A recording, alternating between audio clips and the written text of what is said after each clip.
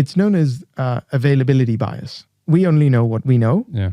There are two other biases that also are absolute nemesis of how we think. The second is optimism bias. So every single project team we meet think they're going to be the next best project team. And that's really good from a morale and drive the team. But God, is it really bad when you have to think about what's the realistic outcome we're headed towards here.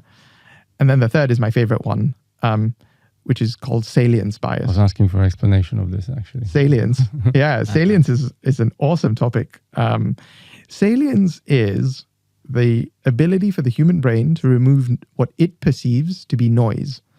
So we take, for example, this environment we're in. I mean, we're in a studio, so it is very silent in here.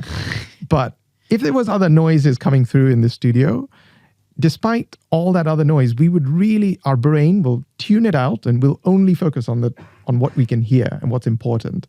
And that little coughing sound we just had. So what's happening is if you take that onto projects, what happens is we tend to only really focus on the things that we think are important. I'm an engineer, so I love thinking about the physicality of construction. When is the steel structure going up? When are we installing the vessels, right? That's what I and many of my colleagues used to love thinking about and are good at thinking about these things as well. What's the tunnel boring machine going to perform at, right?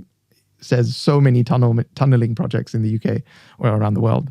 What we don't love thinking about are the things that we have cancelled out.